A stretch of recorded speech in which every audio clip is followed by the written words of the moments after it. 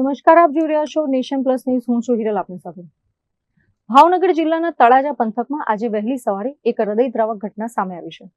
તળાજા નજીક હાઈવે પર આવેલા રોયલ ચોકડીના બ્રિજ પર એક યુવકે ગળે ફાંસો ખાઈ આત્મહત્યા કરી લેતા સમગ્ર વિસ્તારમાં ચકચાર મચી ગઈ છે.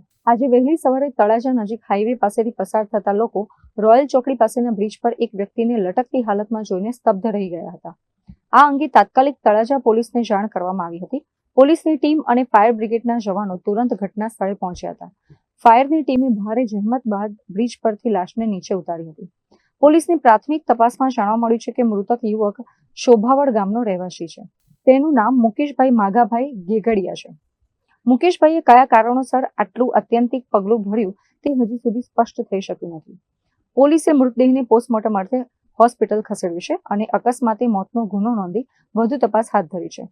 આ બનાવને પગલે શોભાવડ ગામ અને તળાજા પંથકમાં શોકનું મોજું ફરી વળ્યું છે. Rajan Gohil, nation plus news, Bhavnagar.